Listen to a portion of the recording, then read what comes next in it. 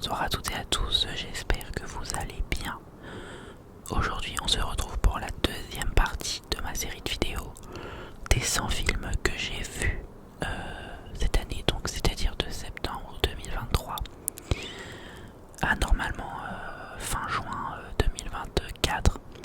Mais je compte aussi les quelques films que j'ai vus en juillet, enfin bref, vous verrez dans la dernière partie.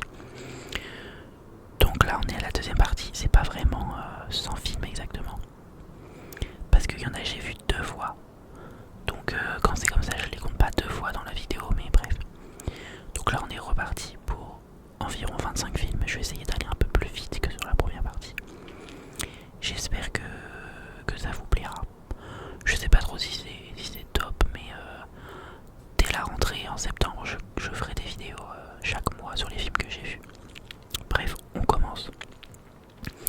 Comme d'hab je me suis décalé pour... je mettrai les affiches sur le côté, bref. On commence avec Perfect Days, un film japonais je crois, il me semble, ou coréen, non je crois que c'était japonais. C'est un mec au Japon qui vit une journée complètement, enfin des journées complètement simples, une journée simple. C'est un film où il se passe pas grand chose, mais c'est juste pour montrer la vie, la beauté de la vie simple. C'est un monsieur qui nettoie des toilettes publiques. Bref, et je crois qu'il y a sa nièce qui vient leur rendre visite. Enfin, c'était assez sympa. Je pense que j'avais dû faire une petite sieste. Mais voilà. J'avais quand même bien aimé, je pense. Oui, j'avais bien aimé. Ensuite, j'avais pas dit la date, ça c'était le 6 décembre, donc là on part à partir de décembre. En gros, le deuxième trimestre, quoi, enfin, presque. Le 8 décembre, on a La Vénus d'argent. C'est le film qui est sorti avec la chanteuse Pomme. On était allé le voir justement pour elle. Ma soeur elle avait bien aimé, moi pas trop. Enfin, c'était un peu un film amateur. Mais j'avais pas trouvé ça palpitant. Enfin, je sais pas. Et puis je trouvais qu'elle jouait pas si bien que ça.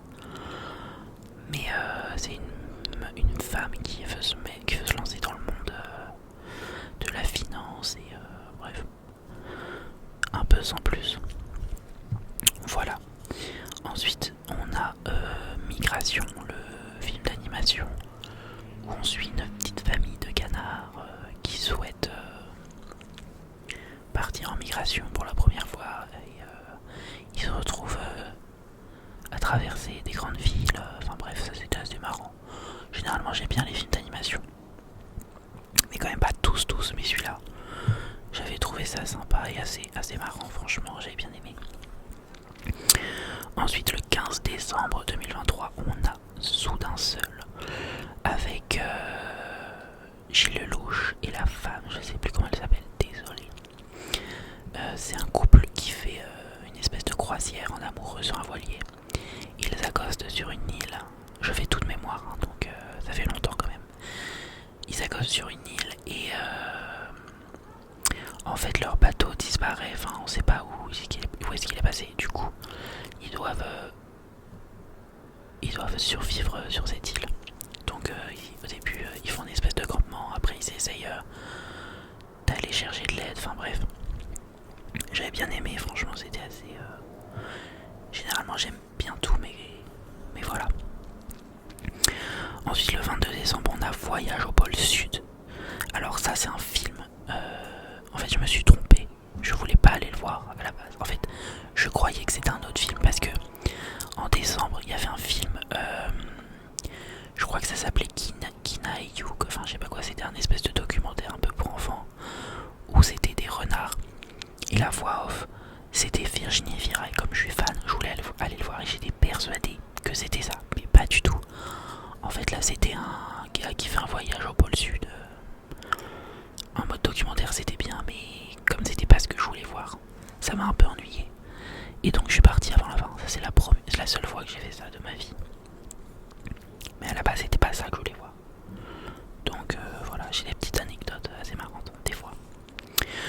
Ensuite, le 6 janvier, on a Iris et les hommes que je suis allé voir avec ma soeur. Laure Calamy de 10%.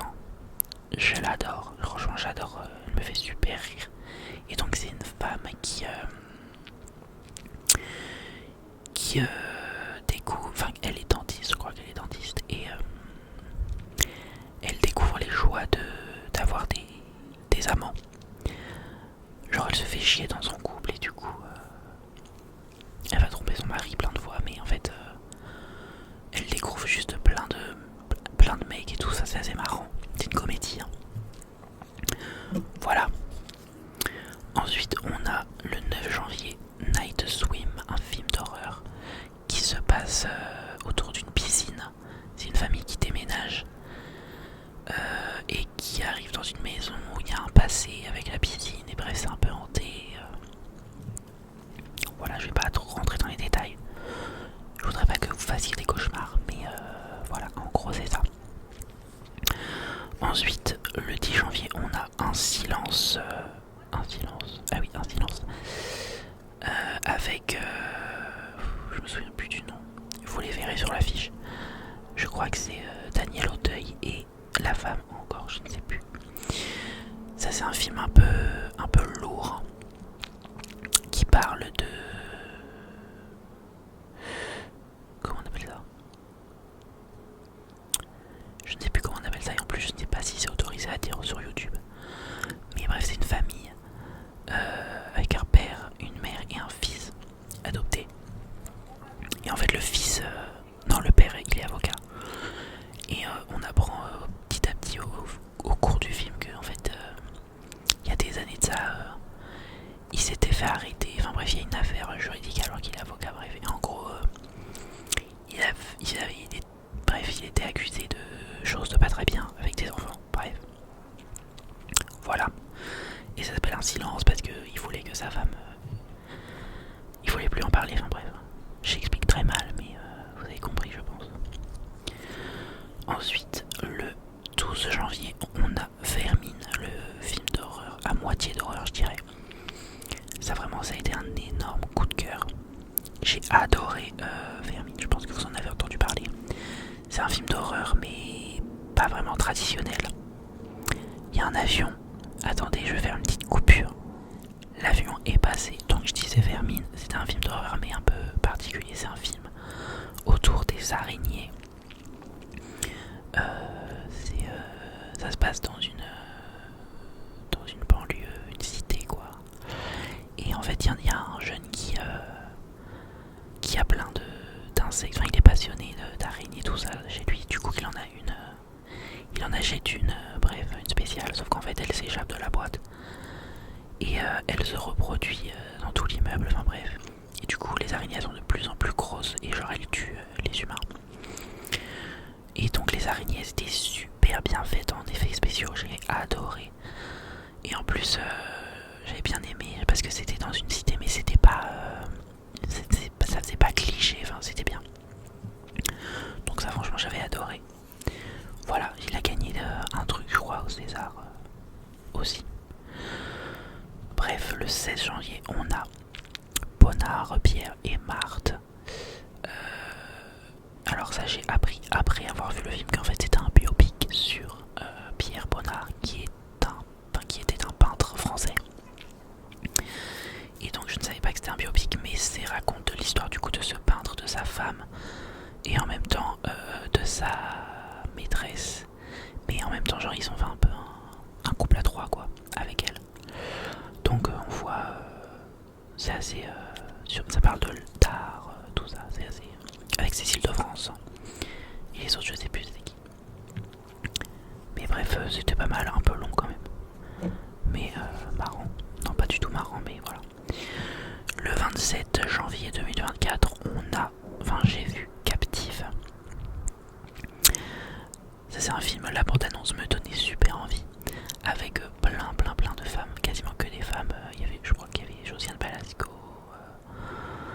C'est de elle que je me rappelle alors qu'elle joue pas du tout le rôle principal, mais bref avec plein de femmes. Et en fait c'est une femme qui va dans un... Ça se passe à l'époque un peu ancienne, hein. Je sais pas, en 1900, bref. Elle va dans un asile psychiatrique pour femmes retrouver sa mère.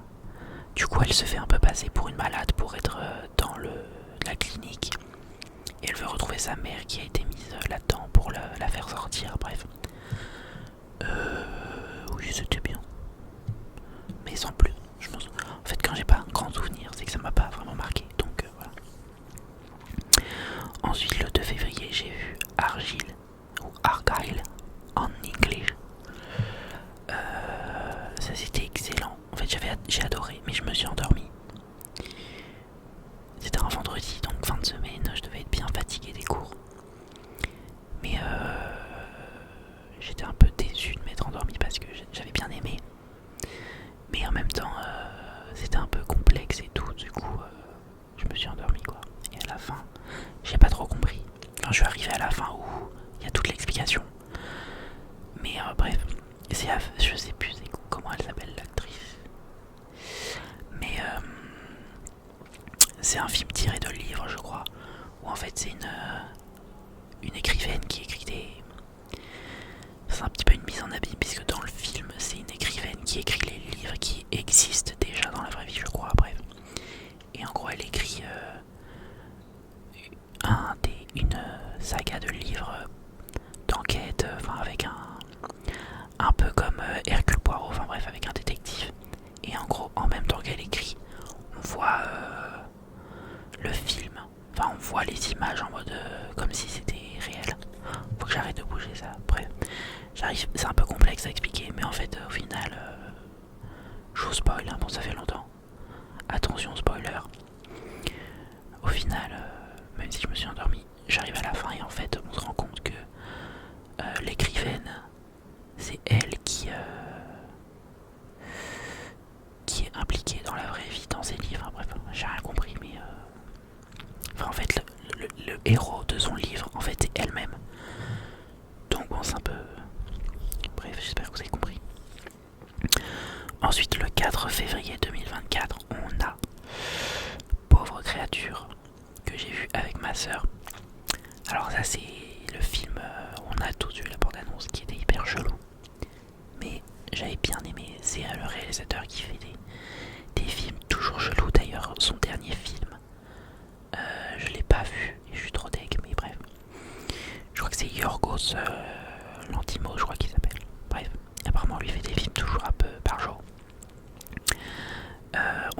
Je suis allé voir Clément parce qu'il y avait Emma Stone et je l'adore. Donc voilà. Mais en vrai c'était quand même bien, un peu déjanté. C'est un mec qui est un peu un médecin genre et il crée une créature, enfin une humaine qui connaît pas genre toute la société. Enfin bref, c'est un peu... Je pense que c'est une référence un petit peu à Frankenstein. Mais bref. Et du coup c'est une fille qui n'a aucun code de la société. Du coup... Enfin bref, et en même temps à la fin ils font des mix entre les animaux. Genre une tête de poule avec un corps de cochon. Enfin... un peu déjanté quoi. Voilà. Ensuite on a La Boum le 12 février. Je vais aller voir La Boum, le film qui date des années 80, mais ils l'ont ressorti au cinéma. UGC, ils font ça de temps en temps. J'adore voir des vieux films au cinéma. Donc La Boum 1, avec Sophie Marceau évidemment. Génial, hein, assez connu quand même, un classique finalement. Le 13 février, j'ai vu La Zone d'intérêt. Alors ce film je devais le voir avec ma soeur, mais elle m'a foutu un plan, elle allait le voir de son côté, sans moi. Bref, du coup je suis allé le voir tout seul et je me suis endormi. Alors déjà je me suis endormi parce que je devais être fatigué. Ensuite je me suis endormi parce que c'était en allemand. Et ensuite je me suis endormi parce qu'il se passait rien, c'était vraiment... il a fait parler ce film aussi, hein. Tout le monde... Enfin, il a eu beaucoup d'avis positifs, mais ça parlait en fait. C'était pendant la Seconde Guerre mondiale. On suit une famille haut placée de nazis, d'Allemands. Mais en fait, ça nous montre pas vraiment la guerre mondiale. Enfin, c'est juste pour montrer un peu le quotidien d'une famille allemande haut placée. Mais au final, ça parle peu de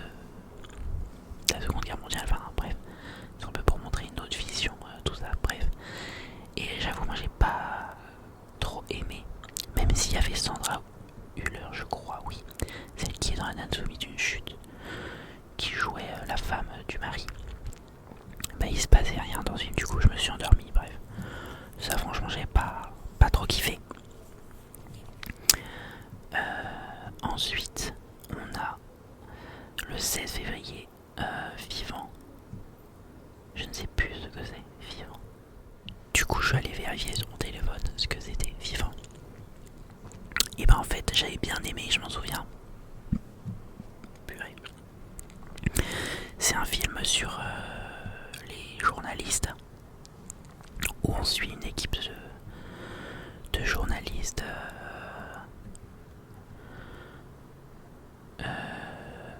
une équipe de journalistes. Et en fait ça questionne un peu jusqu'où le journaliste il est prêt à aller pour avoir son info. Enfin bref, j'avais bien aimé, mais ça m'a pas laissé une grande marque. Enfin bref, le casting était quand même bien, je crois. Ensuite le 18 février, j'ai vu Tout sauf toi, le film américain. Oh, j'ai adoré, tellement adoré que je l'ai vu 2 fois. On verra plus tard dans le papier d'après, mais bref. Tout sauf toi avec Sydney Sweeney. Je crois que c'est comme ça que ça se dit. Et le mec, je sais pas du tout. C'était quoi son nom? J'ai adoré, franchement. Je l'ai vu en VF la première fois. J'ai pas vu que la séance de 15h c'était en VF. Du coup, j'étais trop deg. J'ai même hésité à partir. Mais bon, du coup, je l'ai vu en VF et en VO. Et en fait, c'est un film d'amour, hein, typiquement. Mais j'ai quand même adoré. C'est un gars et une fille qui se rencontrent par hasard dans un café, bref. Ils se tombent amoureux, mais au final, ils se séparent parce qu'il y a un quiproquo, genre en mode... bref, voilà. Et ils se retrouvent parce qu'ils ont des amis en commun qui se marient en Australie. Du coup, ils se retrouvent à ce mariage. Et au final, tout est bien, ils vont se retrouver. Et en fait, ils vont faire semblant qu'ils sont ensemble pour leur famille. Mais en fait, ils sont plus ensemble, mais bref. Au final, ils vont vraiment se remettre ensemble. Et voilà, j'avais adoré. Avec évidemment la chanson qui avait le buzz là. Bref. Je vais pas la chanter, mais peut-être vous aurez la ref. Le 19 février, ensuite, on a La Bête. La Bête que j'ai vue tout seul. Alors ça c'est aussi un film, j'ai rien compris, avec Léa Seydoux. C'est un film très intellectuel, très difficile à comprendre. En fait c'est dans un futur, dans le futur genre. Ils ont réussi à je sais pas, modifier les souvenirs ou bref dans la tête quoi. Et du coup en fait c'est une actrice qui se retrouve projetée dans plusieurs époques.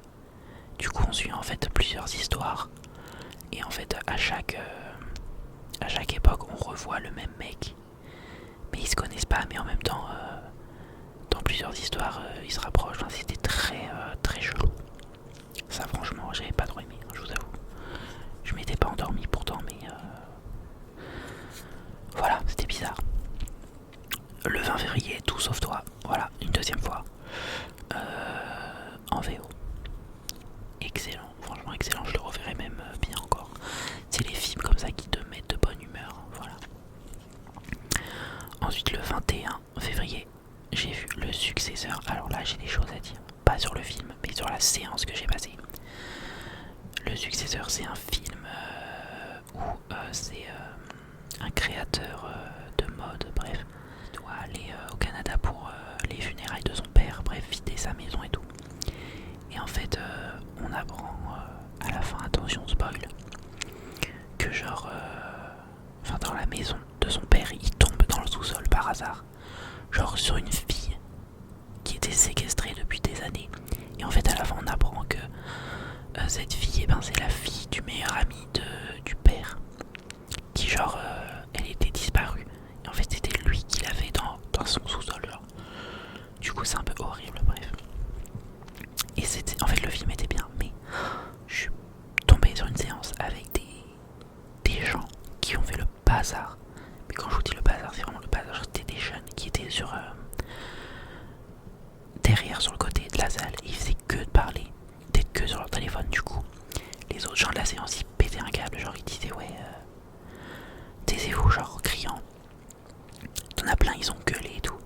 Au final, il y en a un qui est sorti, il allait chercher la sécurité. Pendant le film, c'était trop gênant. Bref, du coup, au final, ils sont sortis, les jeunes, enfin, je sais plus quoi. Et bref, après, à la fin du film, t'as des gens, ouais, ils se sont menacés. Enfin, bref, c'est parti en embrouille. Et après, ils se sont embrouillés dehors. Bref, du coup, c'était vraiment une séance pas très cool. Mais le film était bien en réalité. Mais j'ai pas pu vraiment l'apprécier. Ensuite, le 23 février, j'ai vu Les Chèvres avec Danny Boone et Jérôme Commandeur. Un bon film, une bonne comédie française. Mais étonnamment, c'était assez drôle. Genre vraiment, je m'attendais à pas grand chose. En plus, c'était un cinéma que j'étais jamais allé. Le UGC de Paris, dans le 19e. Quand j'en ai marre de mes cinémas habituels, je tente un nouveau. Et en fait, c'était super moderne. Enfin bref, il n'y avait personne.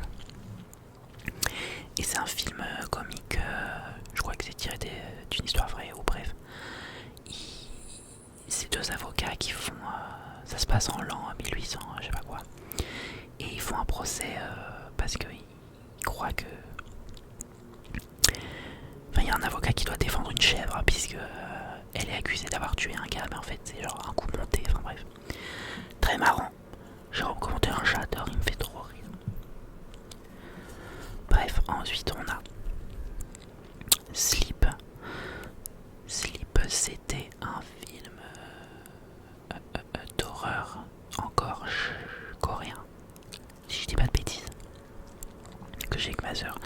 Encore un film très très chelou. De toute façon, les films coréens c'est toujours chelou, alors quand c'est d'horreur coréen. C'est un film où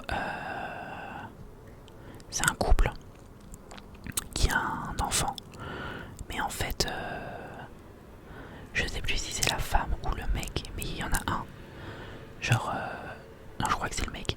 Genre, pendant qu'il dort, il fait des trucs trop chelous. Genre, il est un peu possédé pendant la nuit, bref.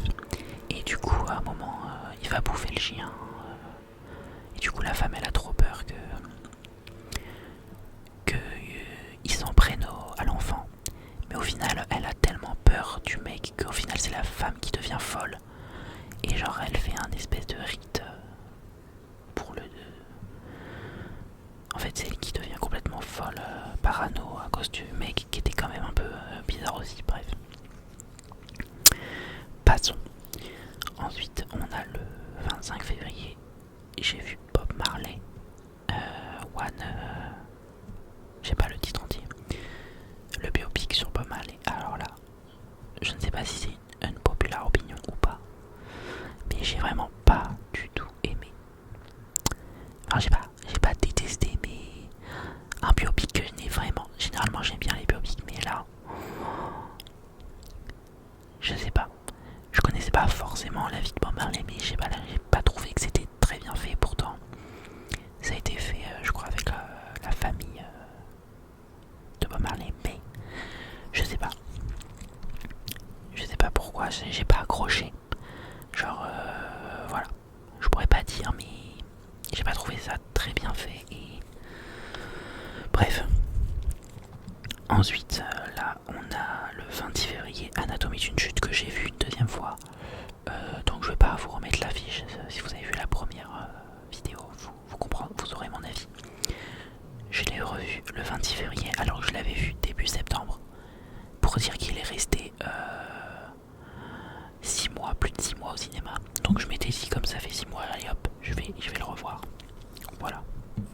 Toujours autant bien. Et je suis content, je vais aller assez vite franchement. Il nous en reste que 2. Le 1er mars, on a Tombé du camion. Alors ça c'est un film que je suis allé voir, je savais même pas ce que c'était, mais une comédie. Enfin, une comédie dramatique française. Avec Valérie Bonneton qui fait la femme et le mec, je ne sais plus c'était quoi. C'est un mec, il est pêcheur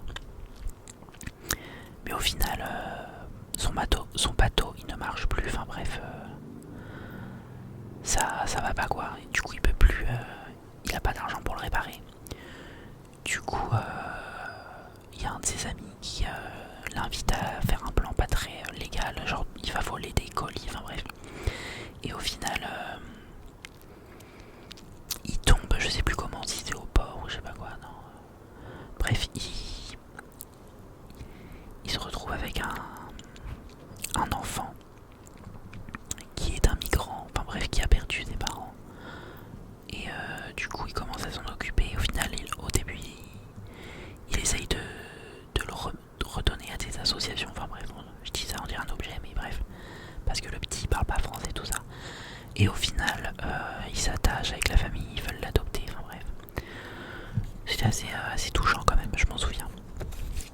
J'ai bien aimé. Et le 8 mars 2024, j'ai vu Boléro, le film, le biopic encore une fois sur Maurice Ravel. En ce moment j'ai l'impression que c'est vraiment... Enfin cette année c'était la mode des biopics, bref.